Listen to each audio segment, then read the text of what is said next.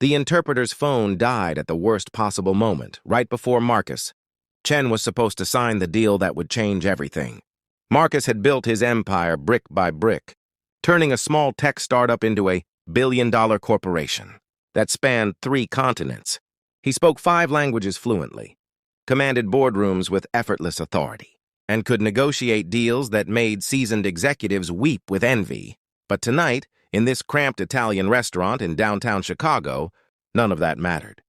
Because the man sitting across from him, Hiroshi Tanaka, CEO of Japan's largest manufacturing conglomerate, spoke only Japanese and broken English, and Marcus's trusted interpreter had just collapsed from food poisoning in the restaurant bathroom. The deal was worth $340 million. It would revolutionize green energy manufacturing across Asia, and it was falling apart before his eyes.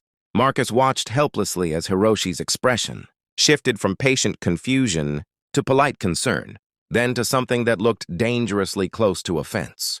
The elderly CEO was speaking rapidly in Japanese, gesturing at the contract documents spread across their table, clearly asking questions that Marcus couldn't answer. Every second of silence drove a deeper wedge between them, and Marcus could feel 2 years of careful relationship building crumbling like sand through his fingers. "I'm so sorry," Marcus said for the 3rd time, pulling out his phone to desperately search for translation apps that he knew would butcher the technical terminology they needed. "My interpreter is ill. I'm trying to find—" Hiroshi stood abruptly, bowing stiffly. Marcus's stomach dropped. In Japanese business culture, he knew this meant the meeting was over. The deal was dead. But then a soft voice spoke in flawless Japanese from behind him. Marcus turned to see their waitress, a young woman in her mid-20s, with kind eyes in her dark, hair pulled back in a practical ponytail. Her name tag read Sophie. She'd been serving them quietly all evening, and Marcus had barely noticed her beyond standard pleasantries. Now she was speaking to Hiroshi with a fluency that made the elderly CEO's face transform with relief and surprise. "Please," Sophie said, switching to English as she looked at Marcus. "I don't mean to intrude, but I couldn't help overhearing. I speak Japanese. If you need help, I'd be happy to translate. No charge, I just hate to see someone in trouble." Marcus stared at her, momentarily speechless. This wasn't just unusual, it was extraordinary. Professional interpreters charged thousands for their services, especially for business negotiations of this magnitude. "Are you sure? This is highly technical. Material about manufacturing, contracts, and environmental regulations."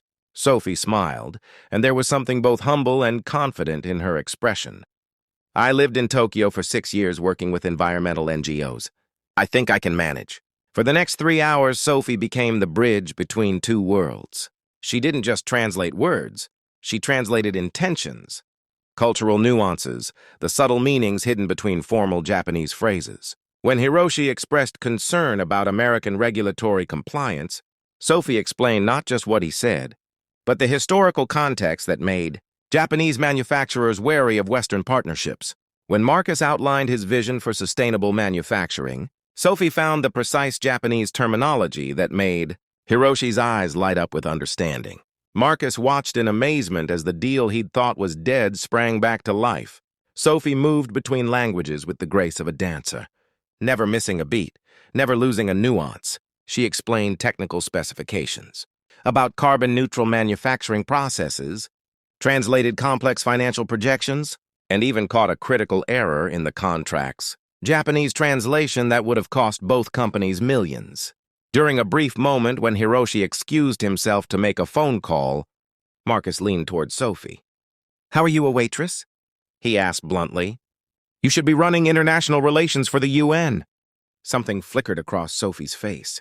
Pain, maybe, or old disappointment, but she masked it quickly with a smile. "Life doesn't always go according to plan. I came back from Japan 2 years ago when my mom got sick. She needed full-time care for stage 4 cancer, and I couldn't maintain my career and be there for her. So I waited tables because the shifts were flexible, and I could take care of her during the day. She passed 6 months ago." Marcus felt something twist in his chest. "I'm so sorry." "Don't be. I gotta be with her at the end. That was worth more than any career." Sophie glanced back toward the kitchen. "Now I'm just figuring out what comes next. But tonight, I'm glad I could help. Hiroshi returned, and the negotiation continued. As midnight approached, the two CEOs finally stood, shaking hands firmly while Sophie translated Hiroshi's formal expression of partnership and mutual respect. The deal was done. Signed, sealed, and worth more than most people would see in a lifetime. As Hiroshi's assistant gathered the documents, the elderly CEO turned to Sophie and spoke at length in Japanese, his tone warm and grandfatherly. Sophie's eyes widened and she responded with humble protests, but Hiroshi was insistent. "What did he say?" Marcus asked. Sophie looked almost embarrassed. "He said I have a gift for building bridges between people, and that gifts like that are rare and precious. He's offering me a position with his company as Director of International Relations for their North American operations, based in Chicago, working with sustainable development initiatives across Asia and the United States." Marcus felt a surge of competitive panic. "Wait!" But Sophie was already bowing deeply, speaking formal Japanese that needed no translation. She was accepting. As Hiroshi and his team departed with warm farewells, Marcus sat back down at the table, suddenly exhausted. The restaurant was nearly empty now, chairs stacked on tables, the kitchen staff cleaning up. Sophie began gathering the empty coffee cups and water glasses from their marathon session. "You just changed your entire life," Marcus said quietly. Sophie paused, a slight smile playing at her lips. "No, I just stopped waiting for permission to start living it again." She met his eyes directly. "I've spent 2 years being afraid to leave my mom, then afraid to leave her memory, afraid I'd lost too much time, that I'd never get back what I gave up. But tonight reminded me why I loved that work in the first place. Not the prestige or the career, just the simple act of helping people understand each other." Marcus watched her for a moment. This woman who had walked into his crisis and solved it without hesitation, who had given 3 hours of expertise, that was worth tens of thousands of dollars without asking for anything in return. "Why did you help me?" he asked. "You could have charged a fortune. You could have negotiated."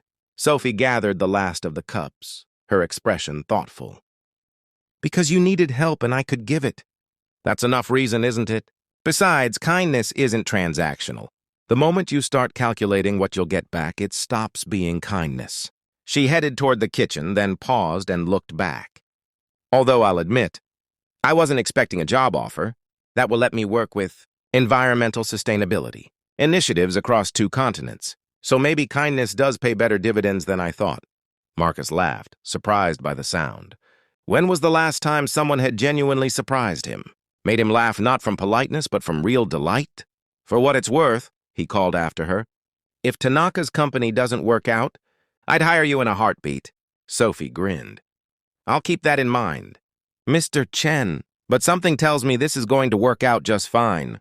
The next morning, Marcus sat in his downtown office and looked out at the Chicago skyline, thinking about bridges, the ones between languages, between cultures, between the person we were and the person we're becoming. His assistant had informed him that the Tanaka deal had already made national news, being hailed as a groundbreaking partnership in sustainable manufacturing. His phone hadn't stopped ringing with congratulations, but Marcus kept thinking about a waitress who had chosen love over ambition, who had sacrificed her career to care for her dying mother, and who had then helped a desperate stranger without a second thought. In a world that taught people to always ask, "What's in it for me?" Sophie had simply asked, "How can I help?" He pulled out his phone and typed a text to his foundation director. "I want to create a scholarship for people who've taken career breaks to care for family members. Full support to return to their fields. Name it the Sophie Initiative. I'll explain later."